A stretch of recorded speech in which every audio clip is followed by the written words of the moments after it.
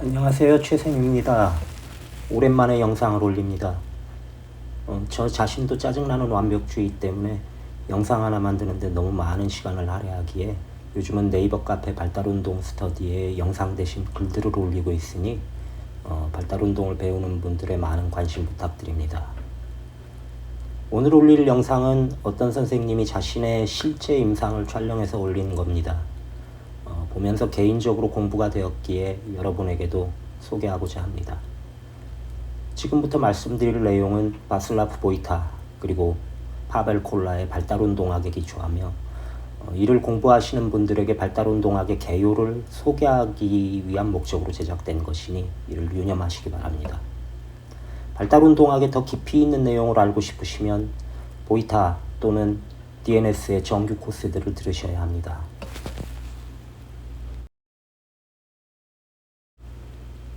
자, 아이를 보겠습니다. 엎드린 자세에서 어떤 모습을 보이는지 다 보셨나요?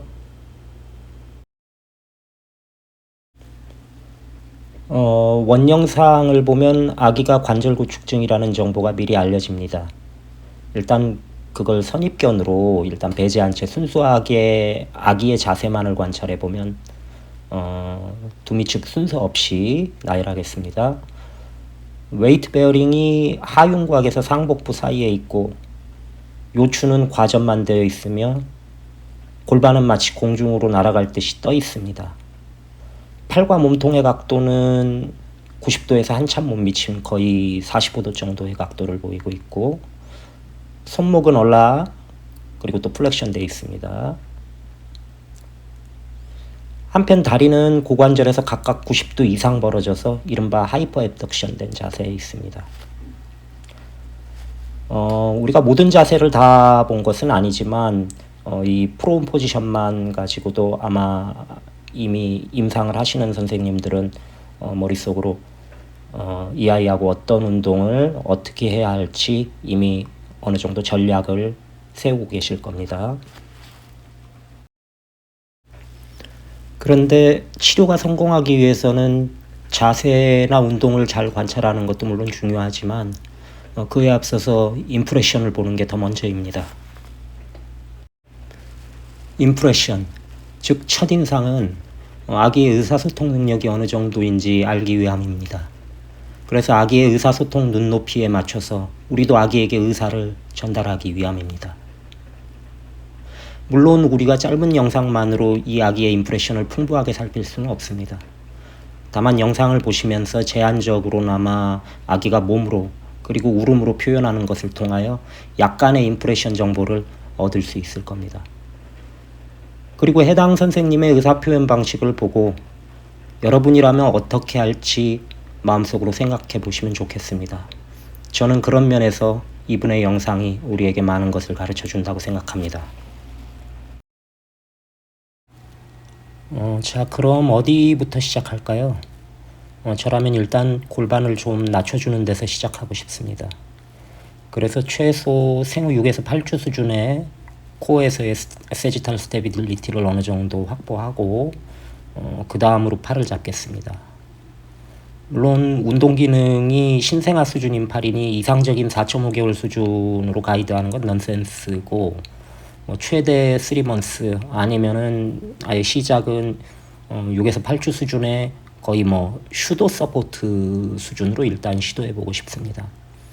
거기서 뭔가 잘 될 것 같으면 그 다음에 팔을 90도 이상의 위치로 올리겠습니다만 아마도 그런 시도가 거의 요추 과전만을 더 심하게 만들 가능성이 있으니까 이럴 경우 바로 중단하겠습니다.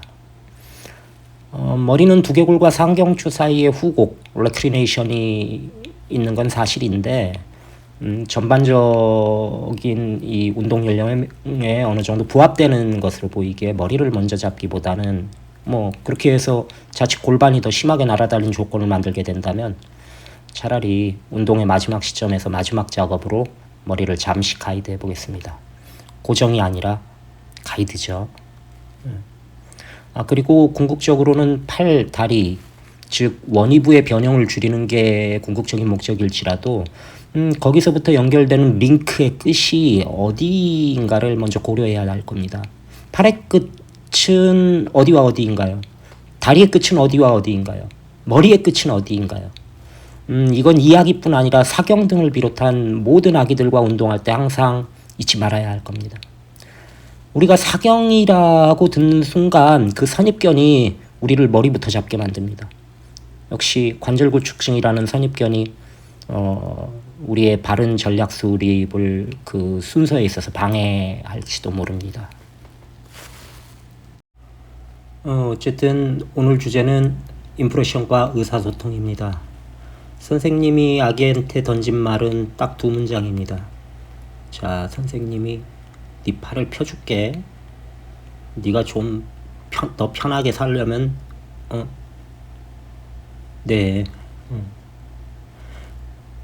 우리가 임프레션을 통하여 아기가 보는지 듣는지 주위를 살피는지 사람을 경계하는지 아닌지 손으로 뭔가 달라고 하는지 등을 살피는 것은 앞서 말씀드렸듯이 아기의 의사소통 눈높이에서 대화를 건네려는 즉 의사소통 전략을 세우기 위함입니다.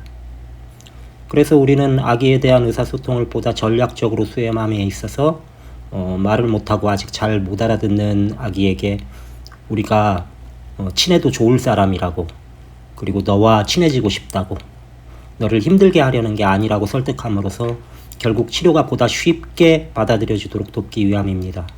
절대 잊으시면 안 됩니다. 아기가 스스로 돕지 않는 한 아무리 예민한 손으로 기술을 구사하더라도 그 치료는 결국 성공할 수 없습니다.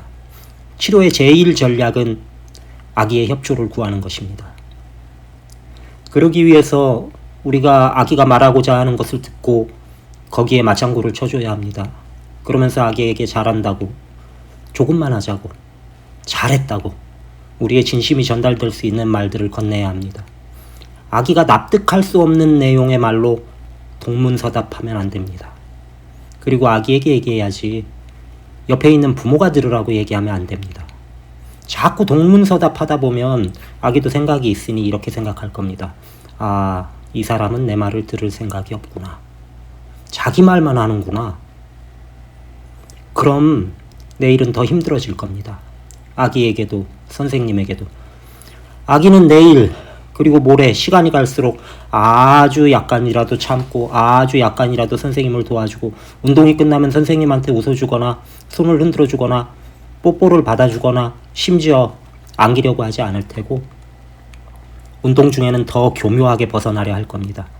그래서 온갖 창의적인 보상 패턴들이 나타날 겁니다. 치료사의 두 손만으로는 감당할 수 없을 정도로 말입니다. 그런데도 치료사가 아기에게 자기 얘기만 하려 든다면 그때부터 보이타는 더 이상 치료가 아니라 학대로 변할지도 모릅니다. 세간에 보이타가 악명 높은 것은 어쩌면 여기서 시작한 것. 우리 치료사들이 원인일지도 모릅니다. 안타깝습니다. Dítě u toho tak křičí, tak ona tak křičí opravdu jenom u toho cvičení. Po tom cvičení je okamžitě s paní Vojtovou zase kamarádka. Ta terapie je něco tak silného a ta změna, 네, 잠깐 보이타 교수님의 따님인 베로니카 발터 여사의 영상을 봤습니다. 그녀는 아이의 마음을 얻었습니다. 내일은 아이가 더 쉽게 운동을 받아들일 겁니다. 부모 또한 기쁘게 운동하러 올 것이고 결국은 가정운동 또한 용기를 내어 시도하게 될 겁니다. 그래서 결국 발터 여사의 치료 전략은 성공할 테고 아이의 미래 또한 보다 밝아질 겁니다. 너무 많은 말씀을 드렸는데 결국 결론은 이렇습니다. 라포. 행복한 하루 되시길.